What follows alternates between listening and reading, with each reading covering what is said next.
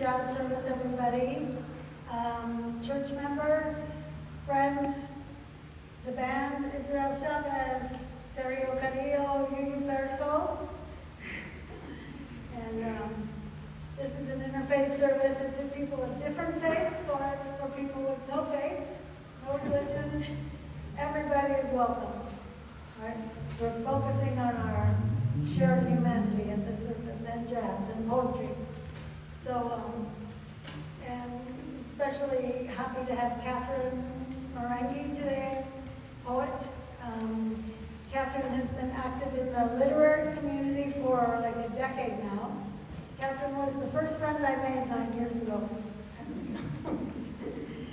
She's been on the board of the San Miguel Poetry and Prose Cafe, and she co-founded Poetry Mesa, which is an international poetry community, connecting poets from different countries. It's very cool.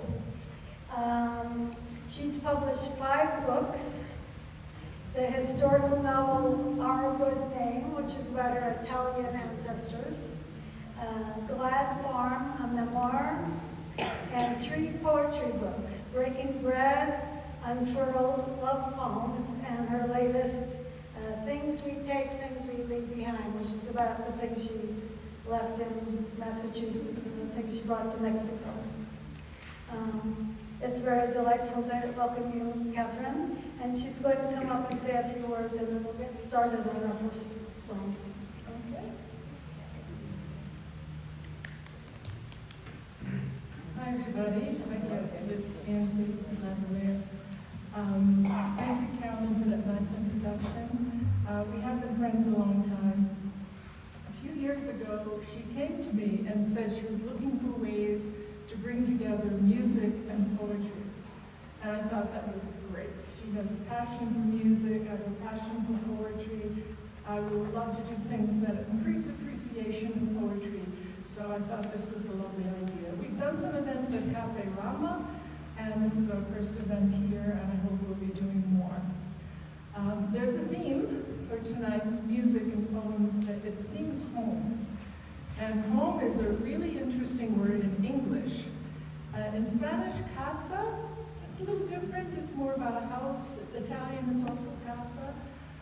But in English, it has a bigger meaning. It means belonging. It means the place where you can always go back to. It means acceptance and family and home. And it's much bigger than a structure.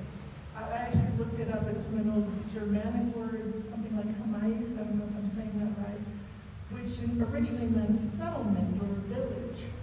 And that too conveys a sense of your people, where you belong. So it's a lovely theme. All of the musical arrangements tonight have to do with home in some way, with love, with family, with belonging.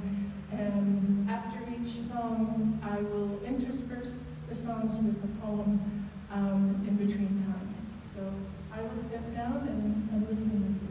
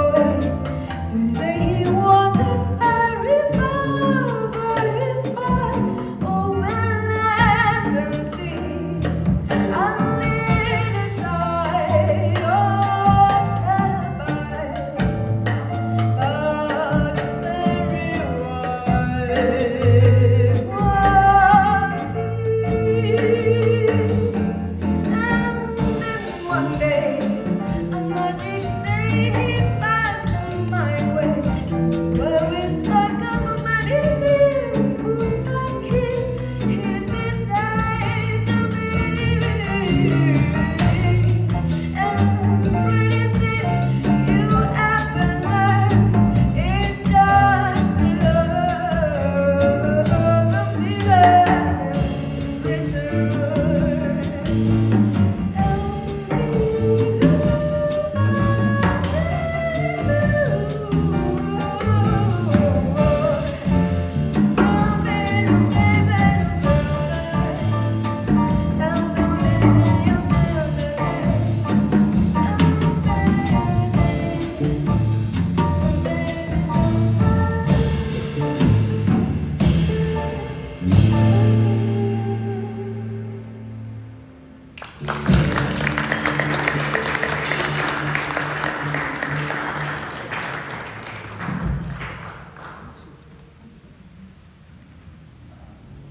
That's fantastic.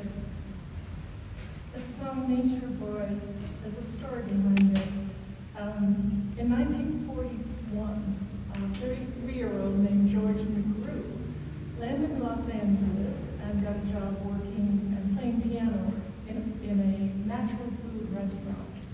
And there he learned about a group in Germany called Wandervogel, which means wandering bird. It was a back to nature group, and the people who followed this philosophy were called nature boys. Well, he was very interested in this, and these were people who let their hair grow long, and they wore beards, and they only ate raw fruits and vegetables. And from this inspiration, he wrote this song, Nature Boy, in a cave in Palm Springs. And somehow he managed to cross paths with Johnny Mercer, who told him, you should present this song to Nat King Cole. And so he tried, backstage at the Lincoln Theater in Los Angeles. He tried to corner Nat King Cole's manager, and he was not interested. He would have none of it. So he gave it to Nat King Cole's valet. He left the sheet music with Cole's valet. And Nat King Cole eventually heard the song, loved it, started performing it live. Irving Berlin wanted to buy the rights to the song, but he wanted it himself. But the problem was they couldn't find the guy. He was homeless. He was sleeping under the Hollywood sign in Los Angeles. So they finally found him. He recorded the song, and it's been recorded by many people as well. But the song's message couldn't be more simple. The greatest thing you'll ever learn is just to love, and to be loved in return. That's pretty simple. So I wanted to read a poem about love from one of my favorite poets named Billy Collins. And it's sort of an unusual poem. It starts off talking about men's hats, but it's really about love. It'll turn a corner at a certain point, and you'll see what I mean. It's called The Death of the Hat by Billy Collins. Once every man wore a hat. In the ashen newsreels, the avenues of cities are broad rivers flowing with hats. The ballparks swelled with thousands of straw hats, brims and bands, rows of men smoking and cheering in shirt sleeves. Hats were the law. They went without saying. You noticed a man without a hat in a crowd. You bought them from Adams or Dobbs, who branded your initials in gold on the inside band. Trolleys crisscrossed the city, steamships sailed in and out of the harbor, men with hats gathered on the docks. There was a person to block your hat, and a hat check girl who minded your hat while you had a drink, or ate a steak with peas and a baked potato. In your office stood a hat rack. The day the war was declared, everyone in the street was wearing a hat. And they were wearing hats when a ship loaded with men sank in the icy sea. My father wore one to work every day and returned home carrying the evening paper, the winter chill radiating from his overcoat. But today we go bareheaded into the winter street on frozen platforms. Today the mailboxes on the roadside and the spruce trees behind the house wear cool white hats of snow. Mice scurry from the stone walls at night in their thin fur hats to eat the birdseed that is spilled.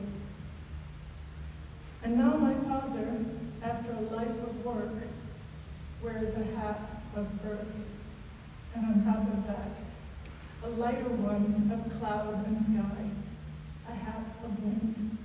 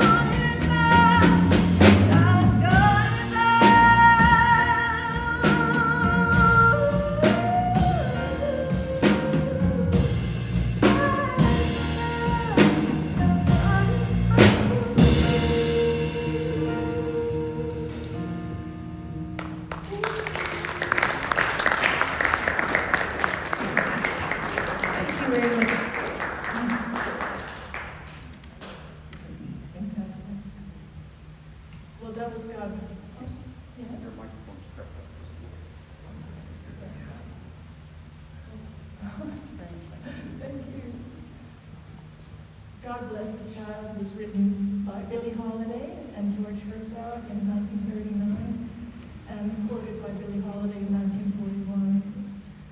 In her autobiography, Billie Holiday said the song stemmed from an argument she had with her mother about money. And during the argument, she said, "God bless the child that has his own." Meaning, if you have your financial independence, you're lucky, you're blessed, you don't have to argue about money. Well, the anger over that incident led her to use that phrase as a starting point for a song.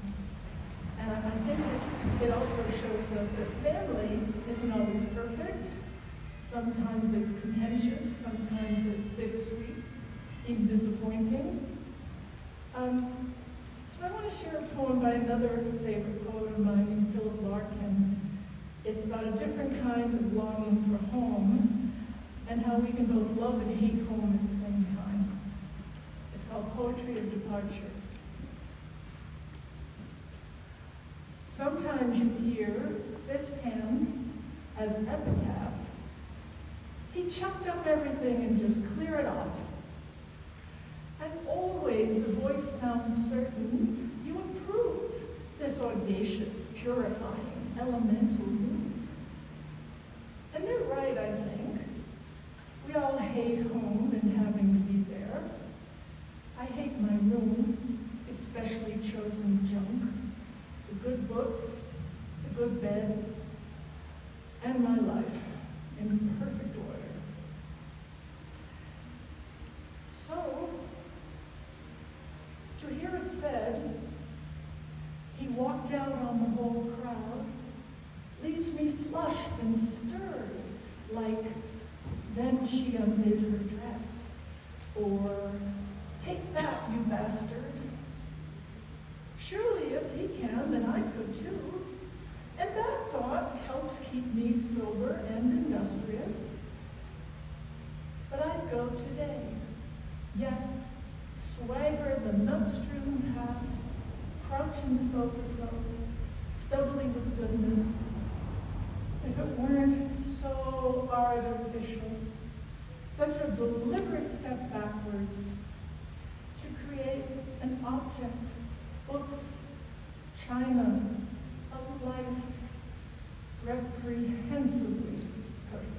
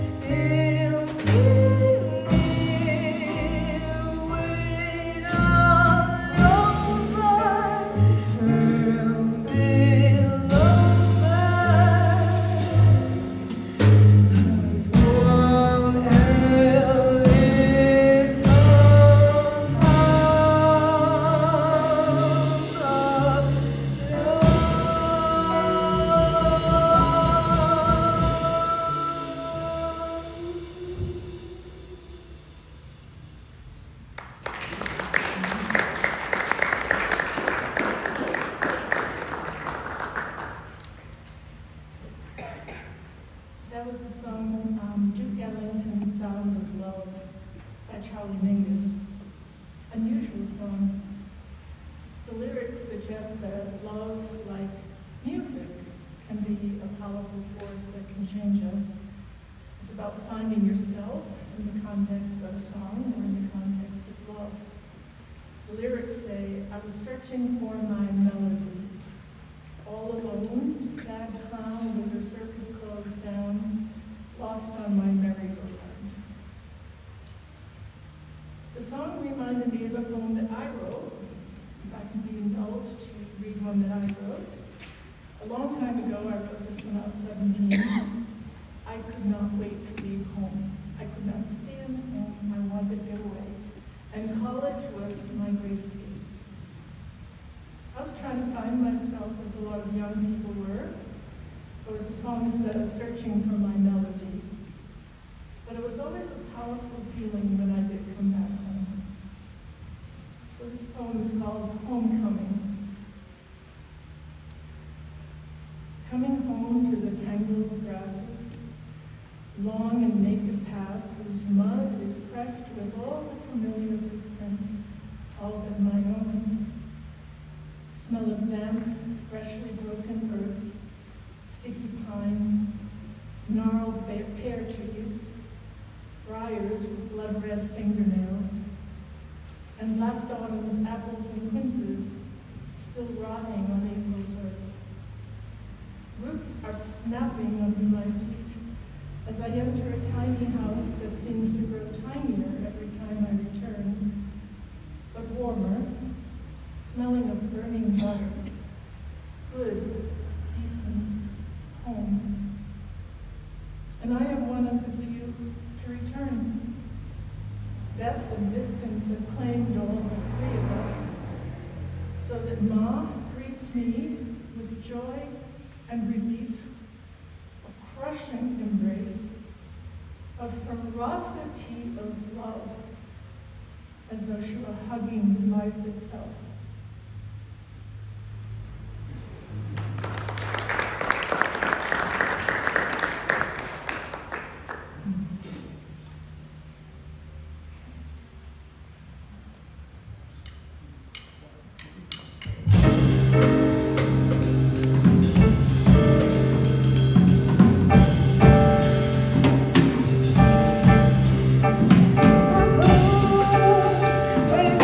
Where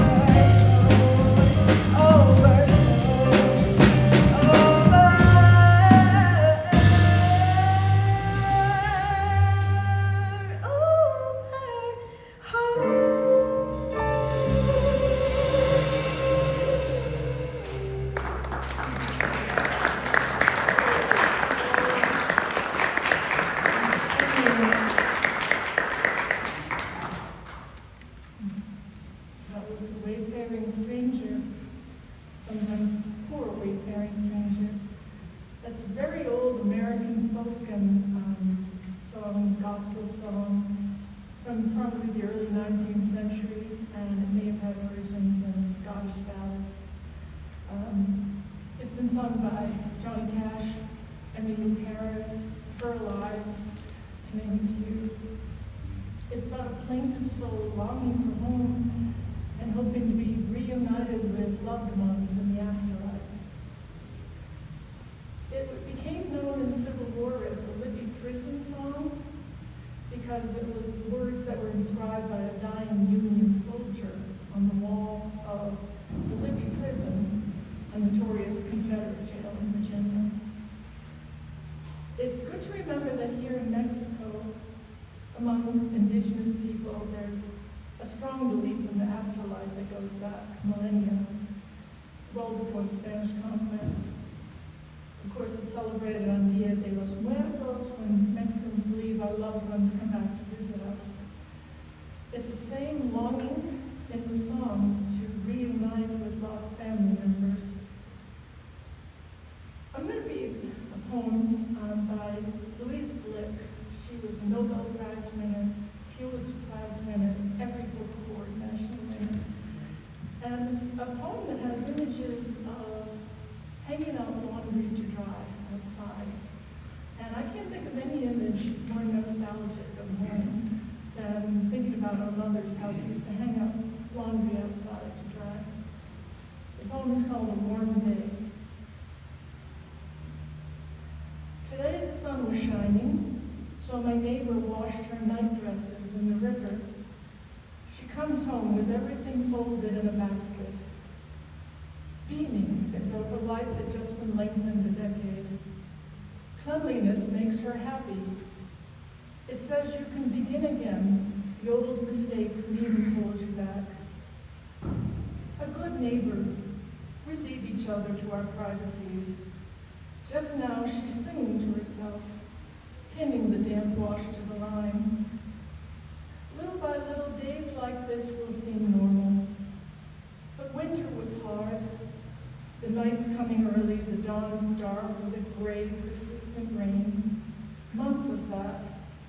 And then the snow, like silence coming from the sky, obliterating the trees and gardens. Today, all that's past us. The birds are back, chattering over seeds. All the snow's melted. The fruit trees are covered with downy new growth. A few couples even walk in the meadow, promising whatever they promise. We stand in the sun and the sun heals us. It doesn't rush away. It hangs above us, unmoving, like an actor pleased with his welcome. My neighbor's quiet a moment, staring at the mountain, listening to the birds. So many garments. Where did they come from? And my neighbor's still out there, fixing them to the line, as though the basket would never be empty.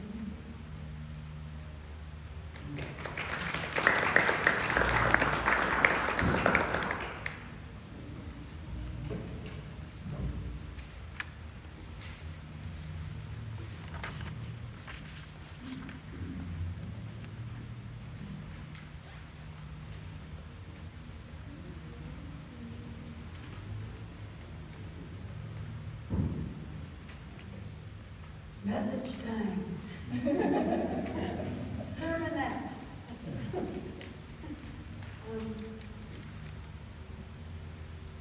Before I moved to Mexico, I was going to a church in Los Angeles, a very large progressive church, in All Saints Episcopal in Los Angeles.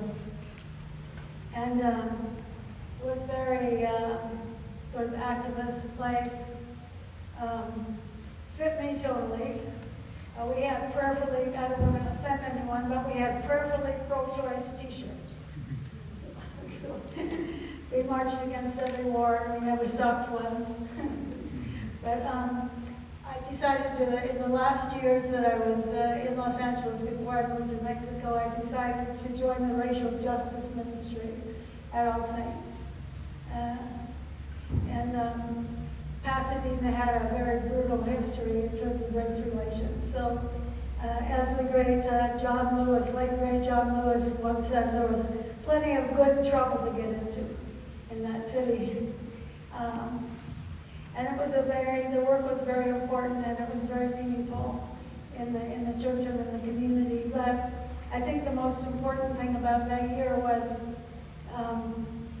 that it was the last year of my then 96-year-old father's life.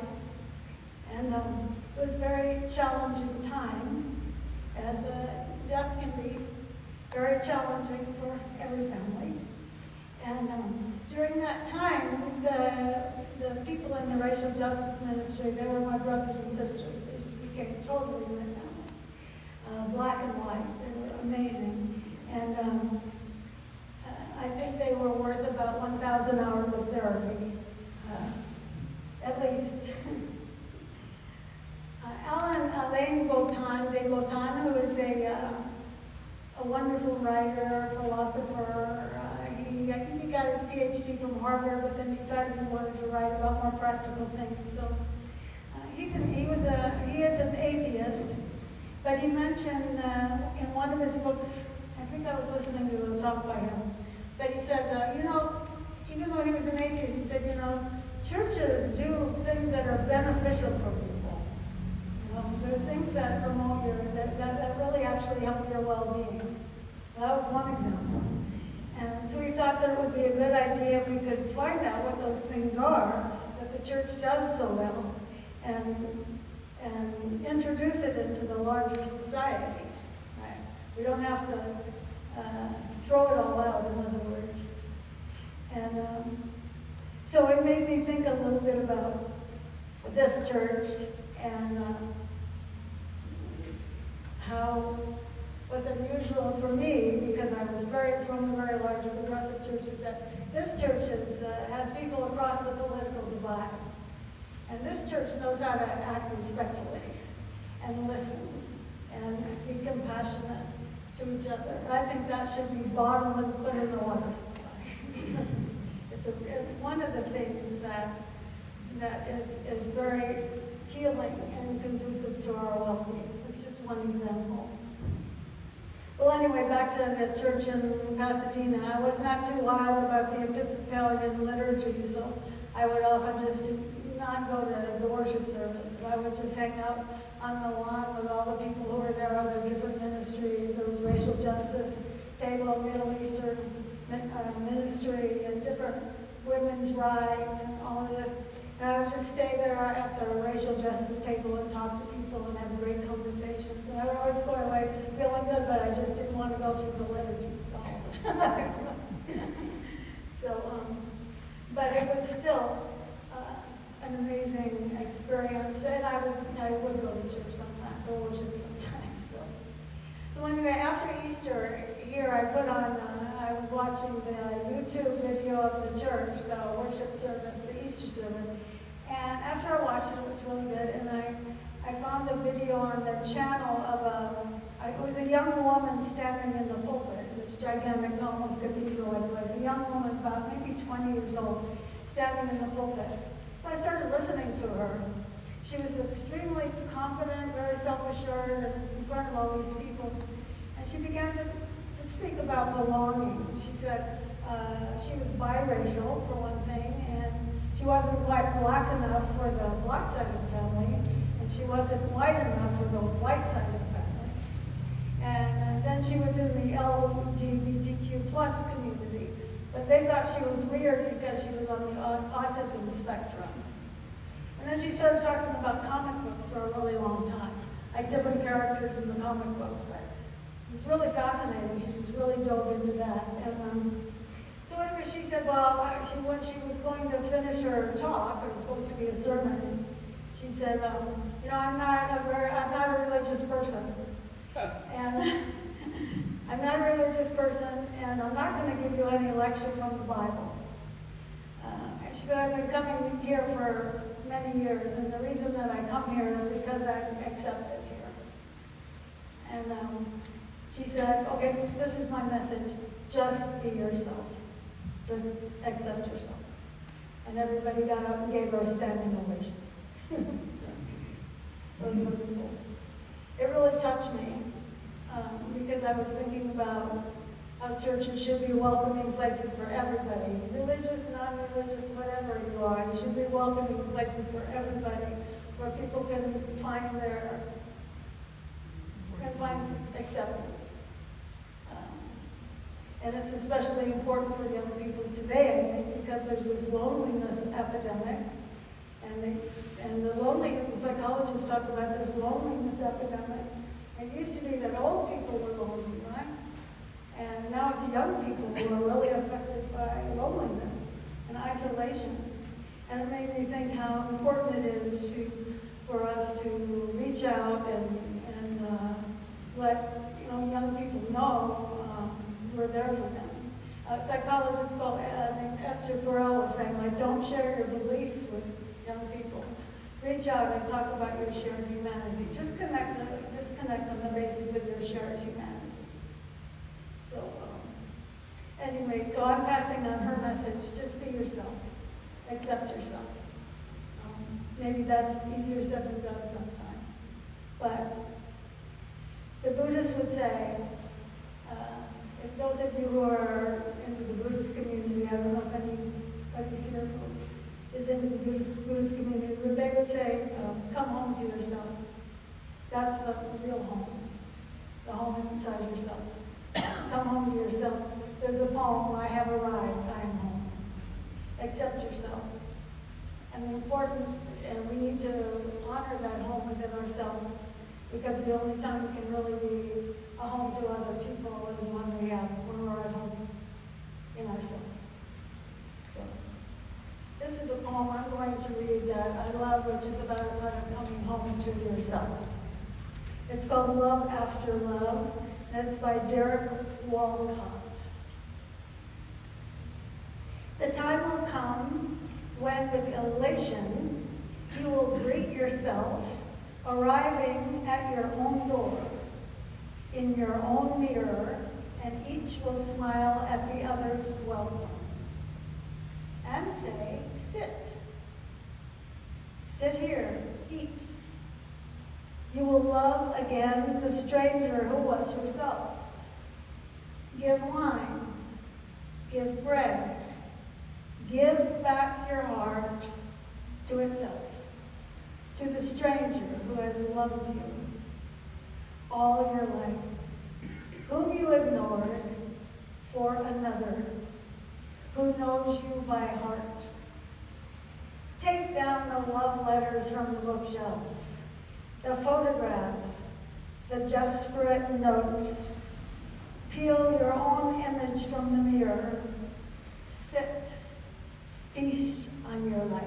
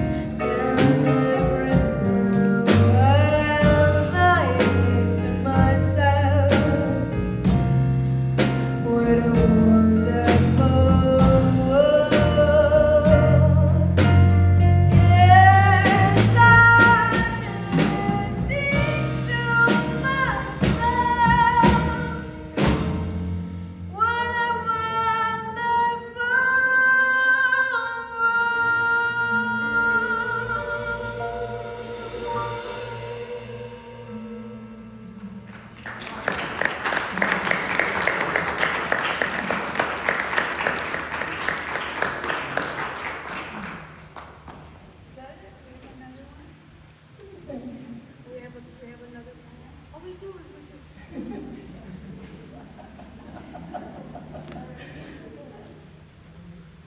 more poem, that's all. That song is What a Wonderful World. It was written in response to the traumas of the 1960s, the Kennedy assassination, the war in Vietnam, racial strife. The writers, Bob Thiel and George Weiss, had an idea to write a different kind of song, and they wrote it especially for Louis Armstrong. They thought that Louis Armstrong was especially adept at bringing together the races. The song didn't do well in the U.S. because they didn't promote it well in the U.S. One of the producers didn't like it, but it became a big hit overseas. And then it had a resurgence of popularity in 1987 when it was featured in the film Good Morning Vietnam. One last poem, it seems fitting to follow this with a song by Irish poet and philosopher John O'Donohue. It's one of many prayers and blessings that he wrote over the course of his life. And what I thought interesting was this poem was included in a book called Tools of the Trade, Poems for New Doctors, that was given to every graduating doctor in Scotland for many years. The title is given in both Gaelic and English. In Gaelic it's Benacht, in English it's Blessing, by John O'Donohue.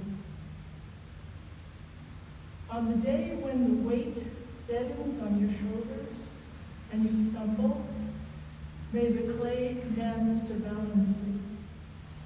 And when your eyes freeze behind the gray window and the ghost of loss gets into you, may a flock of colors, indigo, red, green, azure blue, come to awaken you in a meadow of light. When the canvas frays in the carack of thought and a stain of ocean blackens beneath you, may there come across the waters a path of yellow moonlight to bring you safely home. May the nourishment of the earth be yours. May the clarity of light be yours.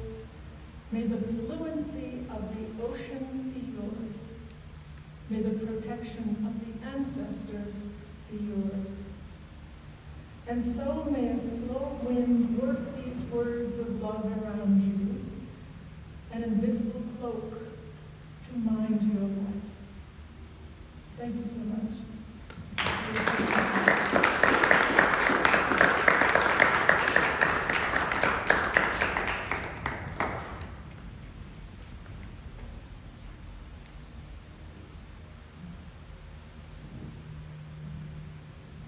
Thank you all so much for coming. This is pretty special. It felt really good to see all of you here. Thank you, Israel, Jabez, Sergio, and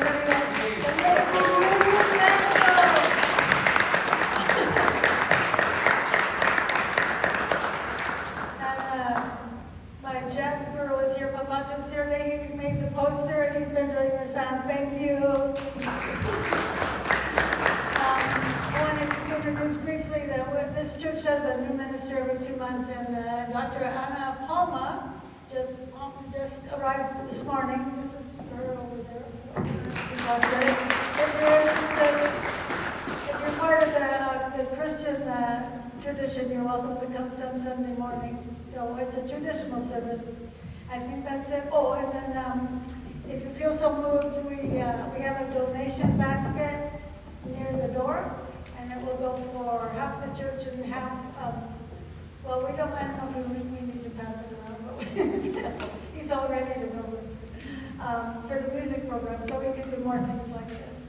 I think that's it. Yeah, thank you for coming. Yeah. Oh, refreshments, yeah. Right over there at the table. Stick around.